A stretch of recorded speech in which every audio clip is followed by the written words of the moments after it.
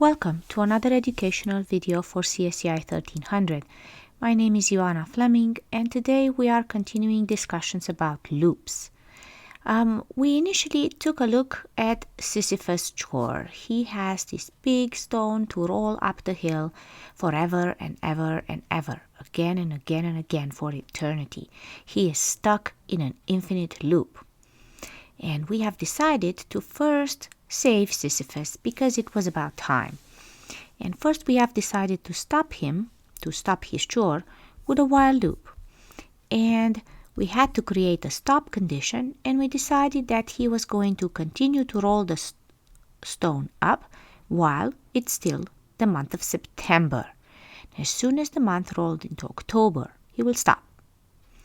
Now, while loops are not the only type of loops that we can use in C++. Another loop is the for loop. So let's try to stop Sisyphus' eternal chore and make it, well, not eternal anymore, by using a for loop. For loops are counted loops. That means they intend to be executed a fixed amount of time. Right? Let's say poor Sisyphus, he has rolled that stone up for so many times, but we have to ask him to roll it up another 5 times. Okay, that's it. We're going to ask him to roll it up the hill 5 more times. So let's see, how do we design our for loop so that it only gets executed 5 times? That's what we want. We want something in the middle to say roll stone up the hill. Let's suppose that we have a function that does this for us, and we want the loop body to be executed 5 times. Now, the for loop syntax has multiple parts. So first it has the word for, reserved word. We shouldn't create a variable named for. And then in parentheses here, there are 3 parts. Let's take a look at the syntax. So, the first part, it's where we initialize a counter or a loop variable. Very often, 99% of programmers would use I, and they would initialize the counter at 0. It basically means that at the beginning, the loop has been executed 0 times. The second part is a condition, an expression that is being tested. If the condition is true, then the loop body will execute. If the condition is false, then we skip out of the loop, we get out of the loop and execute whatever it is afterwards. The third part, it's called the update. Usually, the counter or the loop variable is being incremented by 1. Sometimes this statement can be something different, maybe I equals I plus 2. Or I minus minus. Maybe we start with a loop variable that is high and then we keep decreasing it until it gets to a low number. In this particular example, it starts at 0 and I keeps increasing, incremented 1 at a time until it gets to the number of loops. Let's write this for our Sisyphus example. So we're going to start with int I equals 0. Okay. Our condition is going to be I less than number of loops. And our update is going to be the increment of I. Even though there are 3 statements, you will notice basically this is one you would think, this is another one, and then this is the third one. Why doesn't this one have a semicolon? Well, long time ago, when they created the for loop, they decided that this was enough, that the parentheses were going to hold 3 parts, and that they will be delimited by the semicolons. So this does not mean that this is an expression. It means that this is an expression, this is another one, this is another one, and they're separated by these semicolons. So right now, we have all this stuff. Do we need to put anything in the loop body? Well, we have something here, rolling the stone up a hill. But I think we need to check what happens during the loop.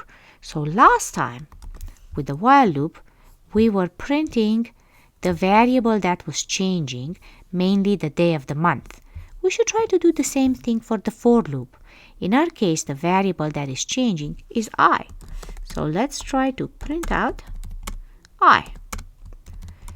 Maybe for every iteration, for every time the loop is executed, we're going to print the value of I on a new line. Let's save it. Let's compile it. Oops. I am in here. Let's use standard C++ 11. My file is called Sisyphus 4.cpp. There we go. Let's see, does that matter, the month and the day? No, not really, but it's September 15th, and that's just that. So here are the printouts from the loop. The first time inside the for loop, the first iteration, we printed the value 0. That's because the value of I was 0. But the second time, it was 1, and then it was 2, and then it was 3, and then it was 4. Well, that's interesting. But still, can we check how many times did the loop execute? We intended for Sisyphus to only roll the stone up 5 more times. Well, we have 5 lines printed. 1, 2, 3, 4, 5. So from this perspective, it's a success. The loop body got executed 5 times. Let's see, what does this mean? What does this tell us about the mechanics of the for loop? Let's use a flowchart. So, we arrive at the for loop having executed maybe a whole bunch of statements before, and the first thing we do is the initialization statement. Let's see which one was the initialization statement. This one. We initialized the value of I, our counter or our loop variable. So we're going to say here, very nicely, I'm trying to figure out where to put it. I is the counter, or also called the loop variable. It's the variable that changes value. That's going to make it so that at some point this condition will evaluate to false and will get out of the for loop. Let's follow the flowchart. The initialization statement happens only once. Only once. It's like having I equals 0 above the for loop somehow, right? So imagine it being done just only once. Then we're going to test the expression. In our case, is the value of I lower than the value of number of loops? Okay. If that is true, we execute the body of the loop. We execute the update, the ones that updates the value of the counter or of the loop variable, right?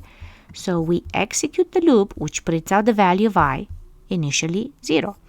Then we go here, we execute the update. Okay, so this one only one time. If the condition is true, execute the loop body, update. And after update, we check the expression again. The initialization statement only happens once, but then testing the condition, the body of the loop, and the update statement happen again and again and again until the expression tests false and we get out of the for loop. So, we entered with I equals 0, the initialization statement executed only once. We checked the condition, 0 was less than 5. We printed I, that's 0. We incremented I became 1. Check the condition again, true. Print 1, I becomes 2. Check the condition again, is 2 less than 5? Yes, print 2. I becomes 3, still true, print 3. I becomes 4, still true, print 4. 0, 1, 2, 3, 4. Right? I becomes 5. We check the condition, is 5 less than 5? No, that's false. The condition becomes false and we get out of the loop. The loop executed 5 times. The values of the loop variable went from 0 to 4. they actually went from 0 to 5. When the value became 5, that's when we exited the loop. We actually can check here the value of I and see that now it is 5.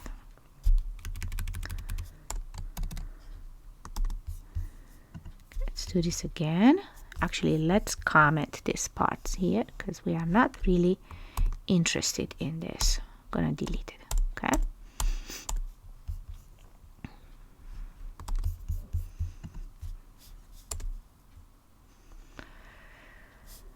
Value of I. Oh, we cannot use I. Oh, anybody knows what we have why do we have an error here? Undeclared identifier I. So what we did is we initialized I right here inside the for loop. That makes it so that I, the variable I, only exists inside this block of statements, basically inside the for loop. Outside the for loop, the compiler doesn't know who I is. So one of the things we can do if we want to use the value of I after the for loop, we change the initialization statement to basically be declaration outside, initialization inside the for loop. So now there's no more error. This could very nicely compile and run. 0, 1, 2, 3, 4, Sisyphus out, the value of I is 5. So one more time, recap. For loop, it's a counted loop. It's meant to be executed a fixed amount of times. The number of times you want to execute it could be a variable. You could have a counter or a loop variable that starts at 0 and goes until the number of times you want the loop to execute. Every time you increment it by 1. That way, whatever we have inside that loop, rolling the stone up the hill for Sisyphus, will happen exactly this many times. This concludes our video. See you next time. Thank you.